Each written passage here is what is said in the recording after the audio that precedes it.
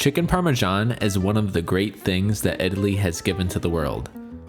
And today I'll be showing you how you can make a chicken Parmesan that has a crispy exterior and a delicious homemade red sauce that's going to leave you screaming for more after you have a bite. For 4 servings, we're going to need 2 boneless chicken breasts. One of the issues with chicken breasts is that they tend to be too thick and cook unevenly. To fix this, we're going to cut them in half horizontally using a very sharp knife. Take your time and cut slowly and try to get the 2 halves as even as possible. With all of the chicken cut in half, the next issue we need to address is their uneven thickness. Place the chicken in between a sheet of parchment paper or a layer of plastic wrap, and then use a heavy bottom pot to flatten the chicken. Pound the chicken using moderate pressure until it is thin and has a uniform thickness throughout. Try to get the chicken as thin as you can, but stop before the muscle fibers begin to tear apart. When finished flattening the chicken, season both sides with kosher salt and freshly ground black pepper. You can also use some paprika too if you have it. After seasoning the chicken, place it to dry brine in the fridge for a minimum of 1 hour or up to overnight. And then what is chicken Parmesan without a delicious red sauce? Place a pot over medium heat and add in a couple tablespoons of olive oil. When the oil is shimmering, saute half a small yellow onion that has been finely diced and a couple cloves of freshly minced garlic. When the onion has turned translucent and the garlic has taken on a light brown color, add in about 30 grams of tomato paste. Saute the tomato paste for a few minutes to get rid of any harsh flavors, and then add in a 15-ounce can of quality crushed tomatoes. And just like in my lasagna video, you want to look for a can of tomatoes where the only ingredients are tomatoes. Most canned tomatoes have citric acid, which will make your sauce bitter, so try to avoid it if you can. Use half a cup of water to rinse out anything that was left over in the tomato can.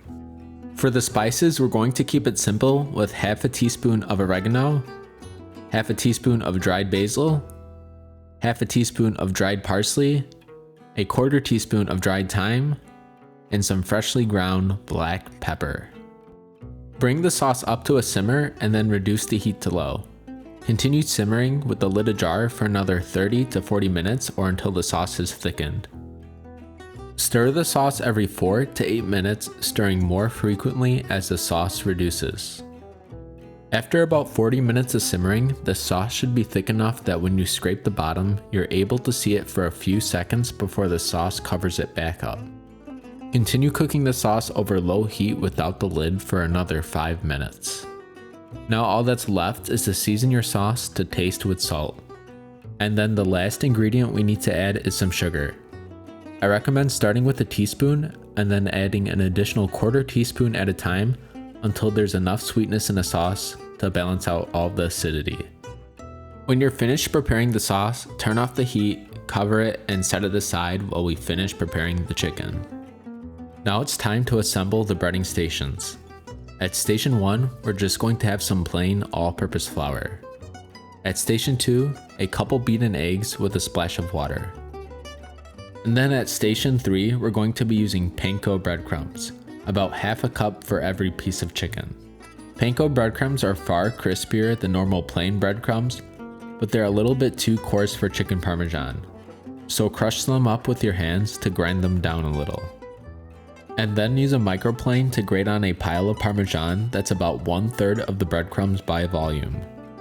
Using a microplane will get us very fine strands of Parmesan cheese, which will help it fry up crispier in the oil. Now it's time for the fun part. To bread the chicken, first place it into the flour, making sure to cover all surfaces. And then shake off any excess flour and move the chicken to the egg wash. Make sure that there are no dry spots of flour anywhere on the chicken, otherwise the breadcrumbs will not stick. Let any excess egg wash drip off, and then finally move the chicken to the breadcrumbs. Firmly press the breadcrumbs into the chicken and then shake off any excess before moving it onto a plate. To fry the chicken, place a large skillet over medium heat. A large cast iron always works well, and add in about a 1/4 inch of olive oil. Heat the oil until it reaches a temperature of about 350 to 360 degrees Fahrenheit. To test the oil's temperature, you can drop in a breadcrumb and it should sizzle and fry up immediately. When the oil's up to temperature, gently lay in the chicken away from you. As long as you lay it in nice and slow, you won't have to worry about any hot oil splashing. Monitor the oil's temperature and try to keep it around 350 degrees Fahrenheit. When the first side is golden brown, flip the chicken over and start working on the other side. If there are any areas of the breading that look a little pale, you can baste the area with hot oil repeatedly until it has taken on some color. When the second side is golden brown, transfer the chicken onto a cooling rack. As soon as you transfer the chicken, blot both sides with a paper towel to pick up any excess oil.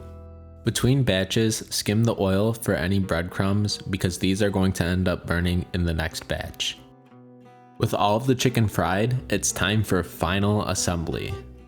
On top of the fried chicken, lay down a couple spoonfuls of sauce and spread it out evenly. The sauce's temperature should be warm but not hot to the touch. Okay, let's talk cheese real quick. If you want your cheese to be dry and rubbery, then you can just use regular old part skim low moisture mozzarella. But if you want that true authentic Italian flavor, then the only choice is going to be fresh mozzarella. Fresh mozzarella has a cleaner flavor profile that's going to better complement chicken Parmesan, and it is also a lot stretchier, and it's going to give us a fantastic cheese pull, which I know is all the rage these days. Lay down a couple thick slices of fresh mozzarella on top of the sauce. Then tear up a piece of fresh mozzarella and use it to fill in the gaps left between the slices. And then finally, finish off with a grating of Parmesan cheese. So there are actually two schools of thought when it comes to assembling a chicken Parmesan. Some say you should put the cheese directly on the chicken and serve the sauce on the side, because the sauce will rob the crust of its crispy exterior. But fresh mozzarella has a lot of water and it's going to end up ruining the crust anyways. So in my opinion, it doesn't really matter and you can do whatever you think is best. Now that all of the chicken is fully assembled, it's time to move it under the broiler on the second highest rack position. As you can see here, I'm cooking 4 pieces at once, but if you also have a gas broiler, I highly recommend that you only broil 2 pieces at a time, because the pieces in the center are going to cook a lot faster than the pieces on the outside. So the exact amount of time your chicken is going to need is going to vary greatly depending on the strength of your broiler. But remove the chicken from the oven when the cheese has melted and taken on a nice brown color. Transfer the finished chicken Parmesan onto the plate using a spatula. And if you have any leftover sauce, you can heat that up and serve it out on the side. Sprinkle on a little bit of parsley or fresh basil for garnish. And would this really be chicken Parmesan if we didn't do one final grating of Parmesan cheese? Honestly, this is probably the best chicken Parmesan I've ever had. The chicken is still moist and juicy, and the clean flavor from the fresh mozzarella can't be beat.